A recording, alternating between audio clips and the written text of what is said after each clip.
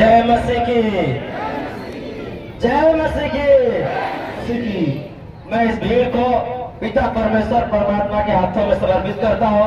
जय मसीह की, जय मसीह की, जय मसीह की, जय मसीह की। जब पहली बार इधर आंदोलन हुआ था तो यहाँ का जिला अधिकारी गूंगा बहरे लोगों को ही गाजीपुर में भेजा जाता है और सुबह 7 बजे से आंदोलन होता है। 12 बजे रात को इतनी दूर से बाहर निकल के नहीं आएगा यहाँ कटियो, क्योंकि कम सुनने वाले लोगों को गाजीपुर में भेज दिया जाता है। मैं चेतावनी देता हूँ कि अगर मसीह समाज के एक लोगों को प्रताड़ित किया जाएगा तो पुलिस अधीक्षक महोदय ये भीड़ उधर रहेगी, आपके पीछे यहाँ का एसएसपी बैठता है, उधर भीड़ रहेगी, आप अपने थाने को इत्तला कर दीजिएगा। ये डॉक्टर पीके सागर आपको चेतावनी देता है। आपको मैं बता देना चाहता हूँ कि कल संविधान दिवस था और सारे लोगों को संविधान में क्या अधिकार है बताना था। जब पहली बार हम लोग यहाँ आंदोलन करने आते थे तो कम पढ़े लिखे लोग थे और आज इस बीमारी में सैकड़ों आप लोग की वजह से और आपके कानून व्यवस्था की वजह से ढेर सारे लोग एलएलबी आके इधर बैठ रहे हैं ऊंचे पे। ये आपको जीता जागता उदाहरण आने वाले समय में दे दिया जाएगा। अगर यहाँ अंग्रेज नहीं आते तो सारी व्यवस्था नहीं मिलती। इसको भी भूलना नहीं चाहिए। जिस एसी में डीएम साहब आप बैठते हैं वो भी मसीह समाज के लोगों ने बनाया है। जिस फॉर्च्यूनर में आप जाते हैं वो भी मसीह समाज के लोगों ने बनाया है।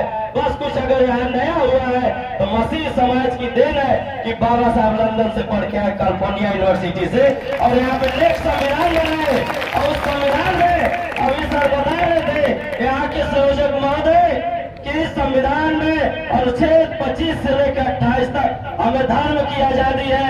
अब मैं आपको बता देना चाहता हूँ, आए दिन गोरखपुर में मैं रहता हूँ मसीह कैंपस में, आए दिन प्रशासन छेड़ता है और जब एक बार चढ़ता हूँ तो हालत डिस्टर्ब हो जाती है। वैसे हिंदू वाहिनी चलती है, वैसे बार-बार महासभा चलती है, मगर इन लोगों में दम नहीं है कि थोड़ा सा चढ़ जाए।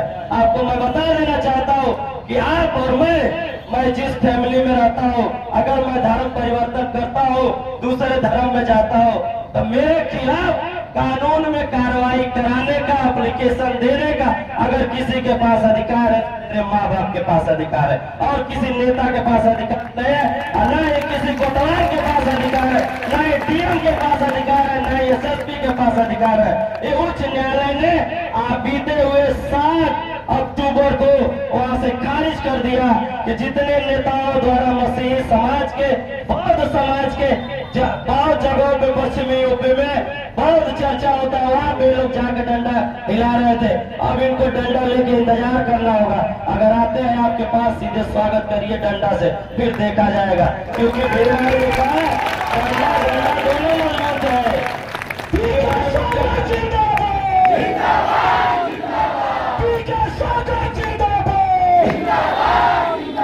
बीमारी का डंडा झंडा दोनों मजबूत है। प्रशासन होश में आओ, इनको पहचानते हो कि नहीं पहचानते हो? आज तो हम आए हैं, कल ऐसा न हो कल आ जाए। ये आएंगे तो महंगा पड़ता है, कान पकड़ के उठने बैठने लगता है। यहाँ का जिला अधिकारी, यहाँ का एसपी, यहाँ का डीएम, चाहे कहीं चले जाए। ये किस दिन है? ये बाबा साहब की दिन है। जितनी भी माताएं इसमें आई है, सारे लोग अपने बच्चों को संविधान पढ़ाओ, स्कूल में कम पढ़ाओ मगर संविधान जरूर पढ़ाओ। अपने घरों पे संविधान रखो। जिस तरह मसीही समाज के लोग पवित्र बाइबिल रखते हो, उसी तरह संविधान रखो, उसी में आपका हक अधिकार है।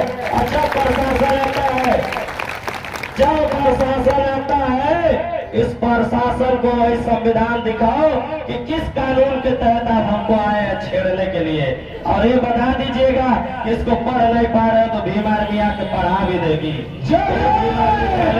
आपको तब से देख रहा हूँ सारे वक्ता खड़े होकर निवेदन है, निवेदन है, निवेदन। अरे कैसा निवेदन है? गूंगे बहरे डीएम में आते हैं, आप बताइए, यहाँ जिला अधिकारी को ज्ञापन लेना है और देना है। वो 24 घंटा जॉब करता है, हम लोगों का वो सेवक है, वो हम लोगों का रक्षक है और वो अपने तहसीलदार को भेज रहा है। आप बताइए एक जिले में कितने तहसीलदार होते हैं? ये उसको खुद ही नहीं पता है। काम करना है बाप का और भेज दिया नाती को, नाती जाओ ये काम कर दो, काम होगा? अभी डीएम साहब को पैसा उतारना हो, तहसीलदार साहब उतार सकते हैं बैंक से? बोलिए। अरे हम लोग अंधे नहीं, हम लोग पढ़े लिखे हैं। आँखी में कच्चा मार देगा जब हम उतरेंगे जमीन पे। तो जब हम रोड पे आएंगे पीछे से हवा निकल जाती है इन लोगों की। आप लोगों को याद होगा इसी जौहराबाद की माताओं बहने 3 साल पहले यहाँ 7 बजे बैठी थी और 12 बजे रात तक डीएम नहीं आया।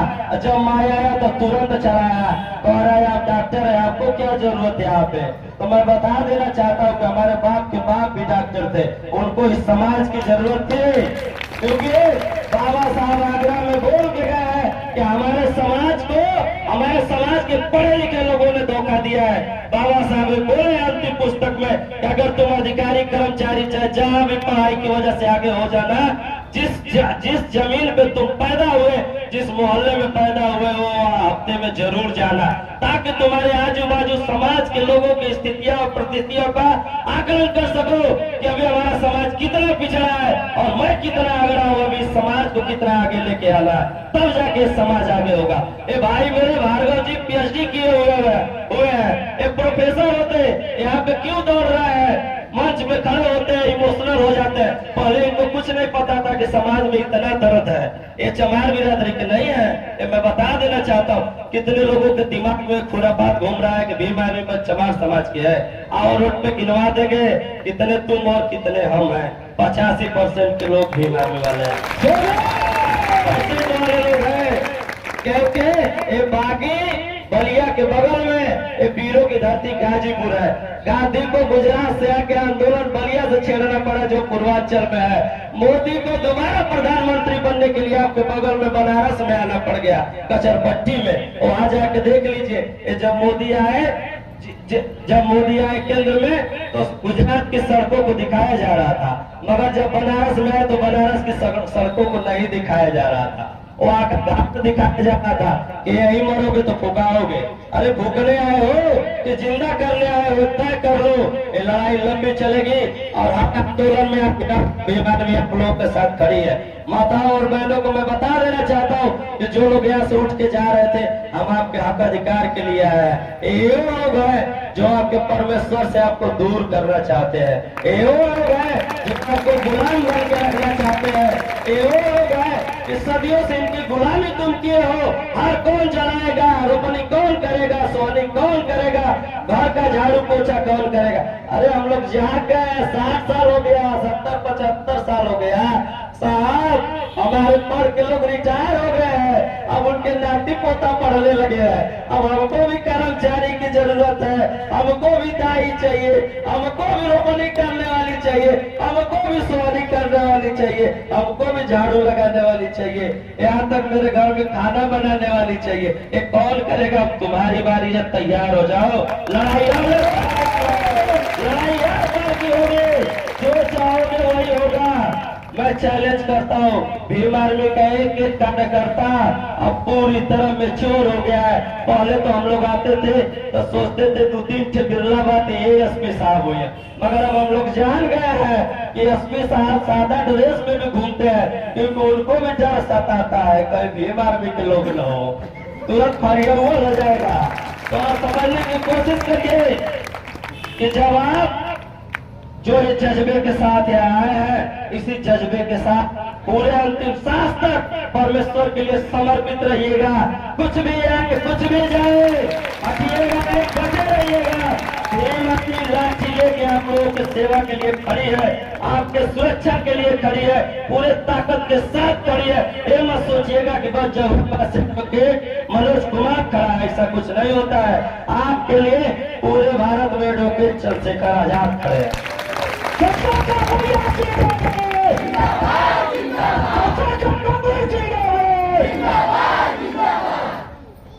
आप बताइए अब कितने लोगों का जाने का मन कर रहा है?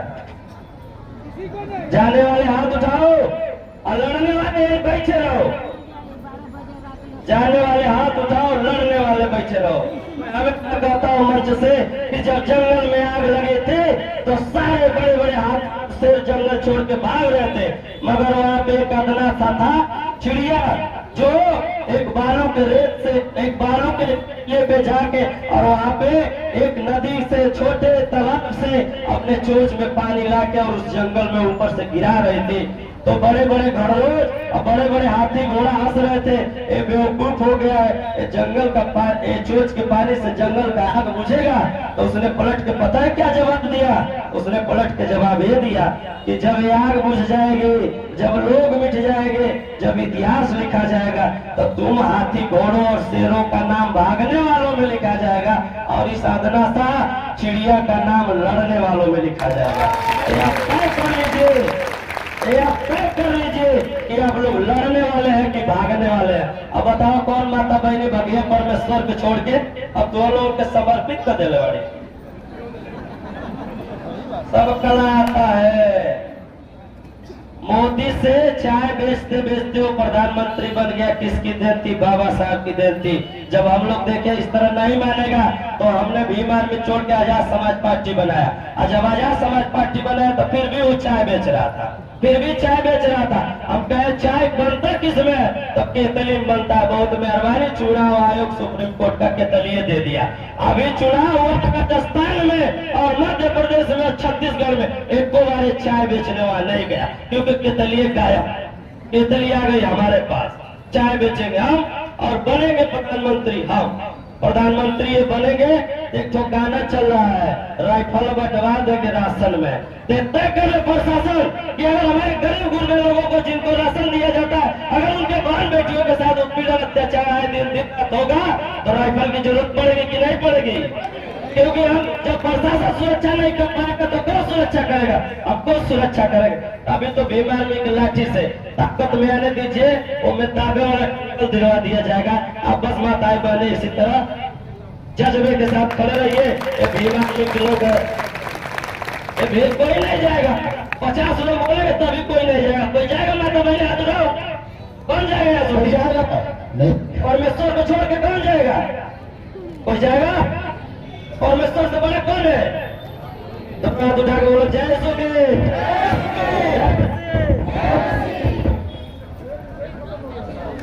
सेब खत्म हो गया माइक का, सेब खत्म हो गया माइक का। ये नहीं साहब, ये ठीक है, यही ठीक है। ये माता बहनों, ये साहब है आपका हक अधिकार के लिए, ये आपके हक अधिकार दिलाने के लिए है। अभी हमारे बड़े भाई साहब देखिए सब बारीदार सब क्या है, विनय सागर जी का आंदोलन करते करते, क्योंकि जब हम पहली बार मिले तो नौजवान थे, आज ये बुढ़ा गए हैं।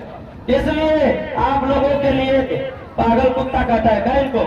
नहीं, ये आपके हक अधिकार के लिए जेल जाने के लिए पहले पूछ करते हैं। अब प्रशासन अगर गाजीपुर में किसी से टकराता है तो भी अगर से, अब जब नाम सुन जाता है तो पतलून मिली हो जाती है, या कुछ गड़बड़ है, टीढ़े पे ही काटा। हम लोग यहाँ लेटर दे रहे थे साहब, गलत होता है। क्या हुआ? बाद में टोचन कर दिया हमको।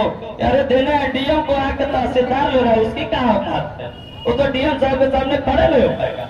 आप समझने की कोशिश करिए।